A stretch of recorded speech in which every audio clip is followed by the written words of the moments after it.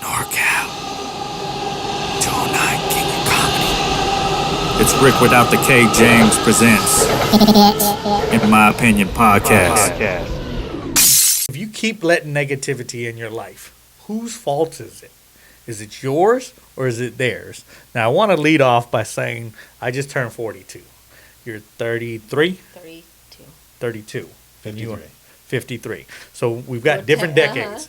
So I'm glad I asked this question because I think when I was your age, I felt like it was their fault. Why can't they change? Why can't I get them to be a positive person? Why can't... But now I'm in my 40s, and I feel like it's my fault. If I stick around someone who's just constantly negative and fucking up shit, and it's my fault. Like, I'm the one enabling them to act that way. Yeah. And I think that's just me becoming older. And I kind of take out that negativity from my life now. Like, whatever it is, whatever it might be, I'm like, I don't need to use my time, money, and energy on something that isn't benefiting me at all. So I think that's just me being older. And I think it's just trying to learn that, like, sometimes you can't be around for everybody. You know, some people don't want to change. So we're going to kick it to you. Maybe you feel the same way. Maybe you don't. Maybe you're like, maybe. Yeah, people treat you how you allow them to treat you. You know, if you're allowing it, they'll keep doing it, and if you don't, they'll either get in line or they'll leave. This is the Dr. Phil part of the episode.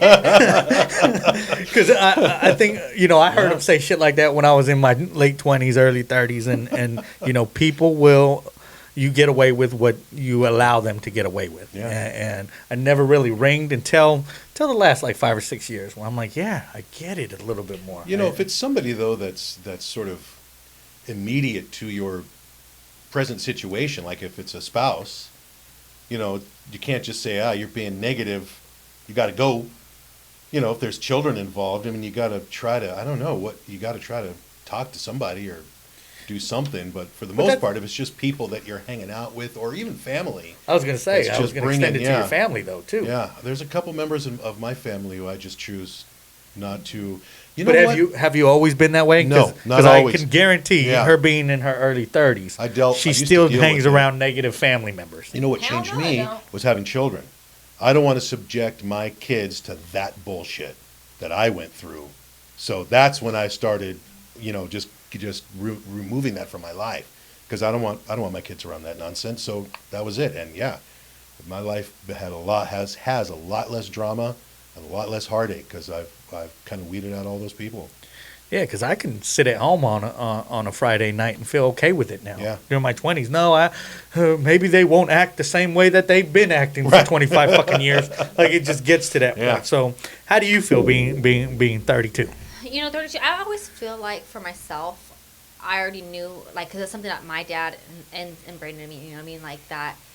You are who you're around, and I'm not a negative person. I'm a very happy person. I'm a very loving person. And so, if somebody starts to make me feel, and my dad always made sure, my dad was bullshit.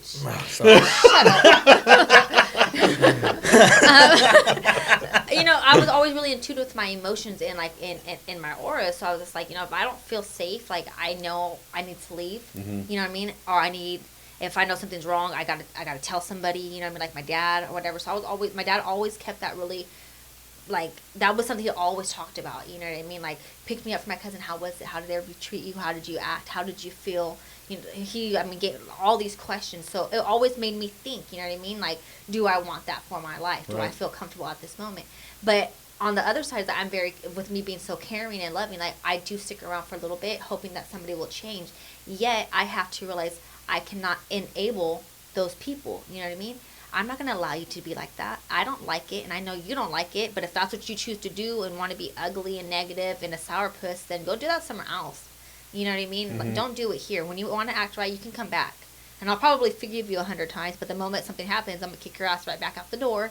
You know what I mean? Or but if it's my family, I love you. You know what I mean? Okay, let's do this. Let's hang out, and everybody has their downfalls. Everybody has traumas, you know what I mean? And sometimes those traumas come into play with why they act a certain way. And I was talking to my best friend about that with her with her kids that she's helped raising right now. It's just like it comes up with our environment. You know what I mean? And Right. so and a lot of people don't know how to change, and sometimes we're in that person's life to kind of help them pull weeds, but not fully groom them. You know what I mean? So, and that's where a lot of people don't understand, like, the difference between helping and enabling. Right. So. Yeah. Right. Let me ask you this, Mr. Clever Trousers.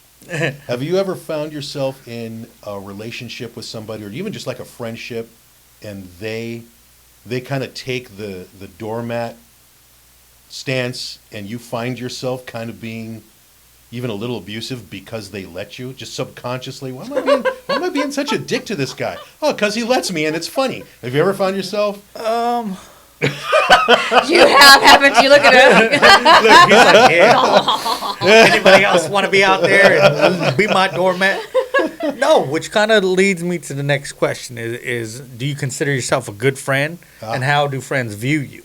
And I bring that up because I had a friend that was, we were on FaceTime, and he's all, bro, you're a good friend. And I was like, what do you mean? And he goes, you're always fucking, he goes, even as a kid, you would help me iron my clothes, cook dinner, and he goes, you've always been that dude. He goes, I'm not that kind of person. He goes, I used to, he would tell me afterwards, right? I didn't realize it as a kid, where he'd be like, bro, how you get those creases in your pants? Like, I can't do it like that, and hype me up. So I guess I was his doormat, right? So I'd be like, nah, bro, you got to do it like this, right? Show me again. Show me one more time how to. And I think for me, like, just, it made me feel good to hear, like, friends that know me, like know that Yeah. I go over and beyond. You came to like the kickball tournament thing that we did, and I'm always trying to. That's why I get so upset with friends that I stop talking to, or people that have something bad to say about me, because I'm like, dude, why don't you tell them, like, how I fed you, or how you've stayed at my house, or how I've driven you over to get some head while your girlfriend was like, why don't you tell them some good shit, bro? Instead, I'm just that dickhead where I'm like, but I also believe that I've been watching a lot of podcasts, and I feel like maybe you can relate as a comic. I feel like as a comic, our superhuman power is we notice everything around us about people. Because it's just something to talk about and something to describe, but I think that's also our downfall, because then we normally describe it to everybody else. Yeah.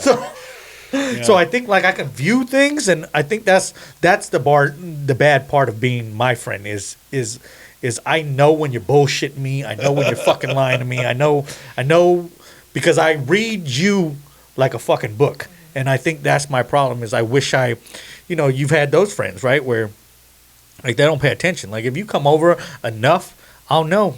Every time we have a hamburger, he doesn't like mayonnaise on his shit.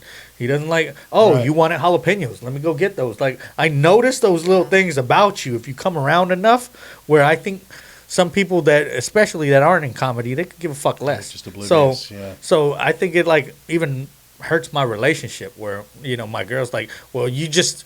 And I said, because that's the difference between us, is I've already read you and I know what you expect, but you don't fucking take the time to notice me. And somehow that part of makes me a dickhead, right? So your little fillers get hurt, huh? So, don't hurt my feelings. Yeah, I can't wait to dementia to hit and shit. So I don't know everything, and fucking, it's all brand new to me every day. Right. So, does that answer your question? Yeah, that's a good answer. So back to you then. So I take it you got a lot of doormat friends, huh? Every once in a while, I'll feel like, why do we have such a Skipper Gilligan relationship here? Somebody will just be like, they'll open themselves up to my sarcastic side, and I'm not proud of that side, but it's there, and it's not good. And sometimes people will just behave in such a way that brings that out in me, and it's like, I'll realize real quick. These days I realize it really quick. Wow, I'm not being nice to this. I'm not being mean, but it's all in good fun, but it's sarcasm, and that's not good. Yeah. But they just keep taking it, and I'm like, I have to be the one to stop. And, I'm not going to sit somebody down and say, look, man, you need to feel more, you know, you need to have more self-worth and all that. You know, I'm too busy for that. But I'll stop doing my part and start treating somebody. I'll have to consciously be nice to somebody that allows me to be a dick. Why? Don't let me be don't let me be that, because it's there. Like this, huh? That side is there. So do you consider yourself a good friend, or is it kind of like, depends on the person? I think when it really comes down to it, when, you know, my wife and I were talking about this the other day, where if one of our friends needs something, we can commit the other one without talking to them. If a friend needs somebody to watch her kids because she has some medical situation that she knows, she can say, Roman will watch them, and then she'll tell me, and I'll do it. Oh. You know, same thing cool. with her. Jessica will step up, what do you need? And then I'll get the info and then let her know this. You know, it's just, we know that about each other, that we can be there, you know, for each other. When it, my daughter, just yesterday, when I picked her up from school, on the way home, she said, do you ever wonder what it's like knowing you, to be on the outside, what it would be like to have you as a friend? My daughter asked me that question yesterday. No. Yeah. Okay. And I was like, that's maybe I should very have had her on the podcast. You should be like, I think my dad is lying. Yeah. He's an asshole. That's why I asked him. Yeah. I've often wondered what it's like to have me as a father, how my kids feel about, you know. I've asked that question. When they tell their stories about their dad and what it's like and what I've imparted and all this stuff. But every once in a while, that validation will come. This was a few years back when I lived in Newman. And I was looking through it was getting close to Christmas, and I saw somebody had on sale. It was the entire Friends series on DVD. And I said to my son Ryan, he was kind of around the corner in the kitchen, I said, hey, this would be a good present from you guys to your ma. She'd love this. If I get it, do you want to give it to her? And he said, that's one of the things I've always really liked about you. You don't care about getting the credit. You just want people to be happy. Yeah. And he's making lunch, and I'm in the other room going, well, you know, it's just, you know, I know your mom likes Friends. I'm trying not to cry. I'm like, oh, my God. That he even saw that or realized that. I wasn't looking for it, but just that little validation, like, oh, my God, somebody realized something. And that, you know, so that's pretty good. But every once in a while, that sarcastic side will come out. You know what, too? I did learn, like in my 20s, if I want to keep my friends, I need to stop correcting their English. I need to stop correcting their grammar. I need to stop that shit because it's not funny and it's not nice. Fucking hate it. It's not nice. Ask. Yeah. Ask. Every once in a while. But like you were saying, when you notice things about other people, that can be such a curse. Because I'll notice something about somebody and it's almost like a deal breaker. Like you know what vocal fry is? No. You don't do it, so I can bring it up. Vocal fry is usually something that a girl will do. And it's this guttural sound when they're talking. So when they say something, it almost sounds like a growl. Oh. It sounds weird, but if you hear a girl talk, you'll hear like, oh my God. You'll hear this. Yeah. And a lot of girls do that. And it's not even that. It's just, some guys do it too, but look it up. Vocal fry. And once a girl starts to do that, I'm like, I can't listen to this. I can't even hear this. I wonder if I do it. Great. You don't. Now okay. Now we we're can be friends. But sometimes Roman? when it comes to like grammar and English and stuff, I keep my mouth shut. But it's almost like it's like a bad note on a scale is how I'll describe it. If somebody plays a bad note, I'll need to go over to the piano and play it right just so I hear it done correctly. Otherwise, that bad note's ringing in my ear. Oh. You know what I mean? So if somebody says, "Hey man, where'd you get that drink at?" That'll hang in the air with me, and I won't say anything. And you're probably even wondering what's wrong with that. No. I'm the whole time you said that, I'm like, man, because I've had my child custody attorney. Yeah. I was like, where did you grow up? Why do you talk like that? And I'm like, talk like what? And I was like, oh, here we go. And I was like, I'm just trying to make it relatable. I had to rein that shit in. Because it's, I'll still do it with my children because it's my job as their father to make sure that they're socially acceptable human beings. But everybody else, I had to. And I think because I have the ADHD, so I'm trying to think and my brain's going 50 million miles an hour or whatever. Yeah. And trying to put it in this is what I'm going to talk about. This is next.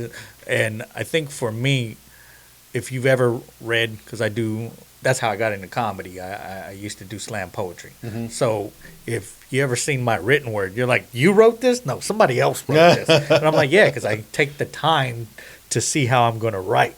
I said, whereas when I'm talking, I'm just trying to convey my point, and I'm still trying to stay where my brain is, even though I'm thinking about something else, Right. which is usually titties, right? So, all right.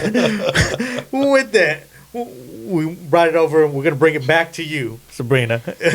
And I guess for the doormat question, I was thinking of it when he said it for a female. That's probably more like, especially a good looking female. Like, you guys got to put there's got to be doormat friends for you left and right? So, because there's got to be dudes where you're like, man, I could take advantage of this. I don't have the energy or time, and I feel bad for some of my friends. Like, I'll be cool with you for a little bit, and if I like just don't even answer you, you know what I mean? Like, you're not even, you know what I mean? Don't even come to my door. You know what I mean? Like, it's weird. I don't know. I think he's talking about people like willing to be your doormat, Yeah. ready to do anything I can't for do you. that. Yeah. I don't have the drive to want to talk to you. Yeah. Like, no, if I don't like, There's got to be something genuine in Can't that relate. relationship. I'm a genuine, yeah. I'm a Okay. and like if I'm cool with you, I'm cool with you. And like if you try to push it a little bit more, like you really want to be in my inner circle, like no, you're in the outer part. You know what I mean? Friendships are like relationships are like a ripple. You know what I mean? Like you have your close friends and you have your other friends and extended. You know what I mean? Whatever you want to call it. I have a lot of associates, or whatever you want to call our associations with people. I went to 7 elementary schools. I went to 6 junior highs, 4 high schools, 2 colleges. Like, I mean, I've been everywhere. And she still got her GED, bitches. Fuck, dude. You know what? No. You know what? I'm so damn stubborn. I did not accept my GED. I was the year where we had to actually pass that Casey exam, and I took that shit. I don't know how many times I took it. What's that? The high school exit exam. Remember that? They had it for a couple of years, for about probably like No, 15 I'm probably years. too old for that. Yeah, you didn't have it. Yeah. It was my just year had to was finish my your year was the credits. first year we had to pass, and I had all my credits, but I could not pass the Casey exam, and they said, well, you can get your certification of completion. I said, motherfuckers, I sat here and I went to high school and I did everything I was supposed to do.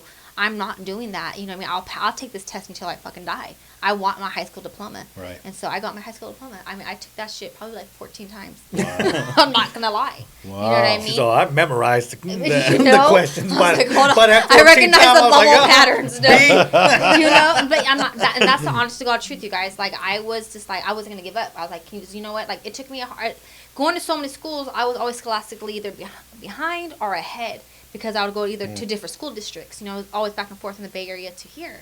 So, and just like, you know, different little schools you're at a different pace. So it was hard for me. And making friends, to get back on that subject, was hard. You know, I was really shy. I didn't want to make no friends. And then finally I grew up. I was like, you know what? I'm not going to be that little weird kid just sitting there eating lunch by herself. You know what I mean? Like, I know I'm weird, you know, and I was always tiny.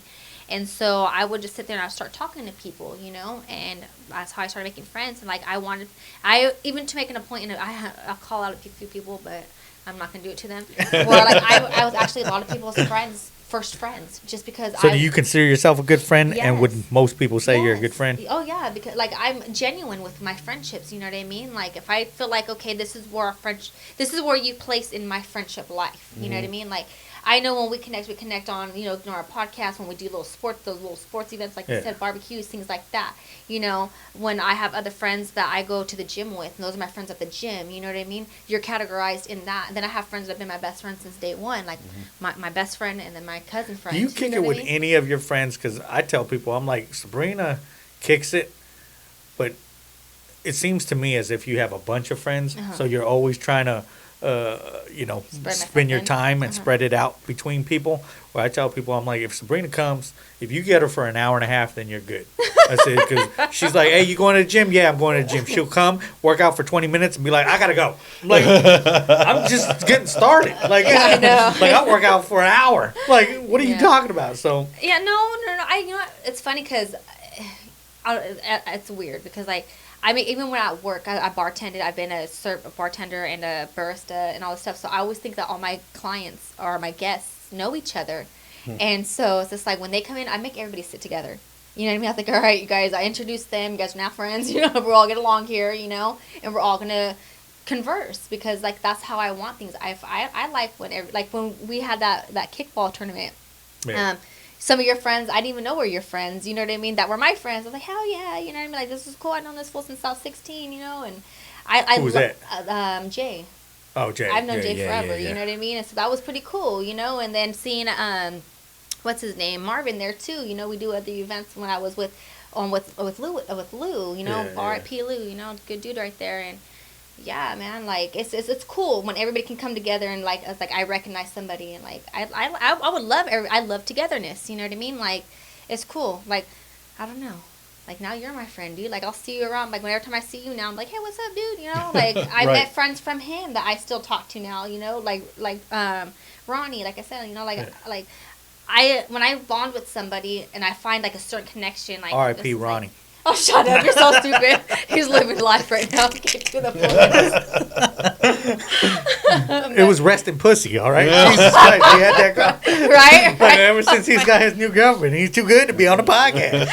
R.I.P. Ronnie, rest in pussy. But no, I do. I feel like I'm a good friend, and that's why, like, when I kind of told you when you had said something about something, I was like, oh, your feelings get hurt, and like that's how I am, because I take my friendships, I take my relationships very serious, you know. And so when I feel like somebody's betrayed me or they've done something that hurt me, I like the demon comes out. You know what I mean? And it's just Oh, because- yeah. When you become my ex-friend, yeah, you're yeah, going to know. like it hurts because it hurts. 'Cause I put so much into being your friend. Like I gave Yeah. you my heart, I gave you a piece of my mind. You know, I gave you things that I value. You know what I mean? And like, how dare you betray me or how dare you do anything? So yes, I'm a good friend. And I think that's where we might be the same. One of the points that I wanted to make, and I think why I brought it up, was I tell people one of my favorite movies is Goodwill Hunting. Uh-huh. So, and when Robin Williams is trying to explain to the professor, he goes, do you know why he's friends with those type of people? And the dude's like, I don't know what you're talking about. And he goes, because he trusts them. And for me, that's what it is. It's Yeah. always, if I trust you, man, I'm willing to go to jail with you. I'm Yeah. willing to do shit with you. Like, my friends all know that. Like, I'm that friend. Like, you need me. I'm the one to help you change a tire. I'm the one to, just don't tell me you robbing somebody and I'll be, no. Boy Charlie Murphy, my main man Ric James. That's the one you think, the comedian Ric James. Get up. I can hear my neighbor crying, I can't breathe. Please hit the subscribe button down low so you can see all new clips, all new episodes coming to you.